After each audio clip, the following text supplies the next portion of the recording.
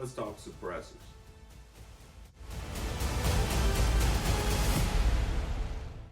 All right, what's up, guys? Today we're here to talk about the Yankee Hill Machine Turbo T2. I want to give a quick disclaimer real quick. Some of the things on this pros and cons list are going to be manufacturer things versus a lot of them are more suppressors in general. Well, the first pro is obvious. It looks fucking cool. You look like some Zero Dark 30 shit the second you screw this thing on. It gives that gun that really cool aesthetic. And honestly, you feel like Macho Man Randy Savage. Comparatively speaking to the Macho Man Randy Savage, you are nothing but garbage, yeah. Nothing but garbage, guy. So that's obviously the first pro. Everybody kind of knows that. And like I said, that's all suppressors across the board. The second thing to note is also pretty obvious. Sound reduction. The YHM does a pretty good job at sound reduction. It's not something I would say you can shoot without ear pro. I would definitely recommend still wearing ear pro with it. But if you didn't have it on, it doesn't leave that ringing in your ear. So that's a really good pro about this one, as well as many other suppressors. I heard that the K cans or the shorter boys tend to increase the decibels a little bit while saving on space and weight.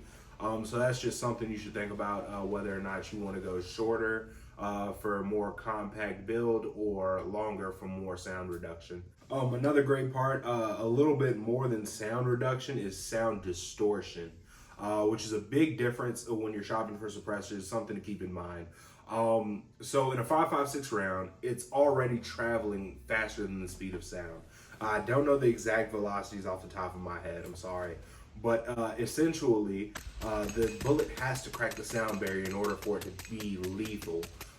So you're still gonna get that loud crack. So in that sense, it doesn't reduce sound as much as you would think it would. But as far as distorting, if I shot from here, it could come from any variation of about 100 yards in there because the sound is more spread out coming through a suppressor. So that's really good if you're setting up your L-shaped ambush or whatever you need to set up on your deer or whatever the hell you're hunting. But definitely something to keep in mind is sound distortion. Okay, so the next thing to keep in mind would be flash reduction. Just as important as sound distortion, that's something to keep in mind also. That first round flash is a real bad problem with a lot of suppressors. This one has it sometimes, but I don't see it too often. I'm not sure if you can tell in the videos, but I don't see it too often. Flash reduction will save your life. Anytime the sun's going down or anytime you're shooting under nods, anything like that, you don't want a giant fireball coming out of the tip of your gun, because that's something that just triggers in a person's mind.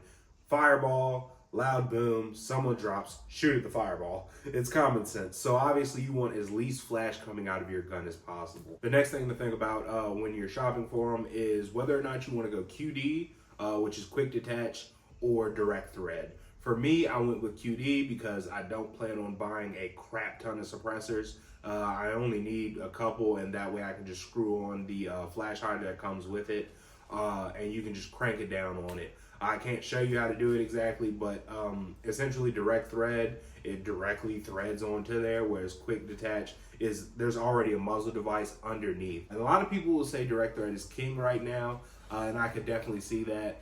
But for me, QD was just the way to go if you want to be able to throw it on multiple guns, and instead of just having one gun designated for it, you know. So definitely think about that while you're shopping for them. The last thing to talk about, this one is this suppressor in particular. The last thing to think about is the price point. Obviously, when you're jumping into suppressors, at first it's kind of a lot to bite off. With the whole tag stamp, with everything that comes with it, paying for it up front and then waiting 10 months for it or however long you gotta wait. But essentially for the price point, this one came in at about $750 with tag stamp. It was about $550 in that ballpark, and then another $200 for tag stamp. Fuck the ATF. But Price point on this one is really good for what you're getting. The value is definitely there. I would definitely recommend. For your first can, I would definitely recommend going in on a lower price point, because if you don't know what you're doing and you cause some sort of baffle strike, or you don't thread it on correctly, or whatever the case may be, I would rather it happen on a $700 gun, $700 suppressor versus a $1,200, $1,300 suppressor. So now let's get into the bad and the ugly about these some bitches. This is not just a suppressor. This is all suppressors across the board. The ATF wait time fucking sucks. You're not going to get around it. If you want a suppressor, you're going to have to wait for it. You pay as soon as you go to pick it out, whatever the case may be. And then after that, after you've made your full payment of tax stamp and suppressor, then you wait for about anywhere between 3 months to about a year, in that ballpark. They say it was 90 days, but I did it through e-forms during the 90-day thing when they were saying that bullshit. And it still took them 10 months to get it to me. I don't know what the hell they got going over there. Fuck the ATF again. But ultimately, that's something you're just going to have to suck up and deal with. So definitely something to keep in mind. You're going to have to fork over the cash up front and then wait for it. All right, so the next con isn't necessarily directly to this, the YHM, or any suppressor in general. This is just my personal mistake. That's something that I kind of want to warn people about. When you buy this suppressor and then you wait 10 months for it, a lot can happen in 10 months. So when you only have 5.56 guns at first, it makes sense to get a 5.56 can, because that's all you have anyway. But then 10 months later, now all of a sudden you have 308s, 300 blackouts, 7.62s, 5.45s, and now it's like, well, now I need a 30 cal can, a 7.62 can, a blah blah blah blah blah blah. You need all these different sort of cans for different guns that you have now. So keep that in mind when you're shopping for them. I would definitely recommend going 30 cal off the rip. A 5.56 can makes sense if you want it designated to one specific gun. If not, I would definitely recommend a 30 cal can off the rip, because I bought a 5.56 can and now there are guns that I can't suppress with this. So that kind of sucks, but we're looking into getting something better, and soon, hopefully. So another thing to keep in mind is the weight on these bitches. Essentially, you're gonna add a lot of weight to the front end, and you don't really notice it when you're just carrying the gun per se, until you're doing like high ready up drills, like high ready, boom, snap down, low ready, boom. Then all of a sudden you realize you got to put the e-brake on that bitch, and it's tough. So essentially it just adds a little bit more weight to the front end, makes it a little front heavy. They do make those K cans that are a little shorter, a little and way more lightweight, or not way more, but essentially more lightweight to allow it to be easier. But if you're like me and hitting maxes and evading taxes, stop the cap. It's not really that big of an issue for you. The next thing to keep in mind is it is not as quiet as you think it is. This is not Hollywood. This is not some TV skit or show. I don't know if they had Guns and Friends, but if they did, that'd be fucking cool.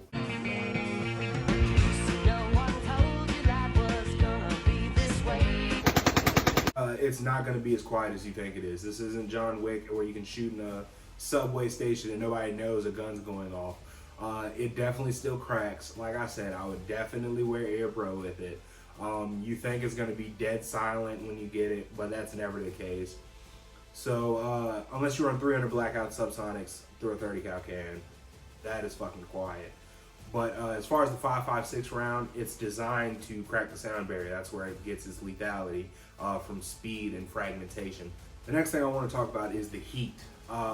This suppressor gets ridiculously hot. Now, they make suppressor covers for them.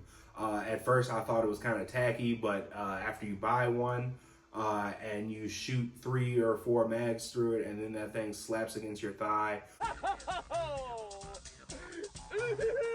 all of a sudden you realize why the fuck they make them. So I would definitely pick one up when you pick up your suppressor. I'm still waiting to get one. Excuse me.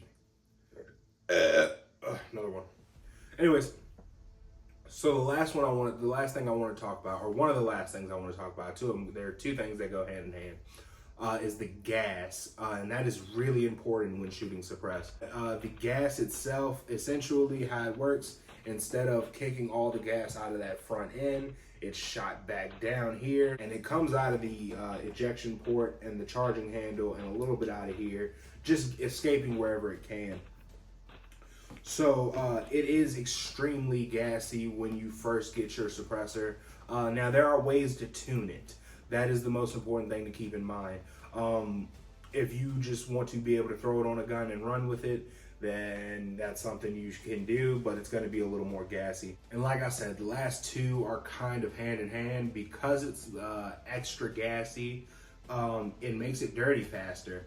And that being said, if your gun is already super gassy, it may cause it to not feed properly. So on top of that, now you have a bunch of grime and carbon buildup and things like that to cause the gun to malfunction more. That being said, you should be maintaining your rifle anyway. Don't want to get them all gunked up, because if it's dirty and the boogaloo eventually does happen, you're fucking dead. So clean your guns. So all that being said, definitely a cool suppressor. I would definitely recommend it. It definitely has my stamp of approval. Most suppressors will, just because they're fucking cool. But yeah, wise words of the day. What was that? Sorry, my camera lady was telling me a little wise words of the day. Avoid trend. No to trend. Say no to trend. Fuck that. We're getting swole out of here. You go in there acting like a pussy, you're gonna get fucking hit hard. Alright?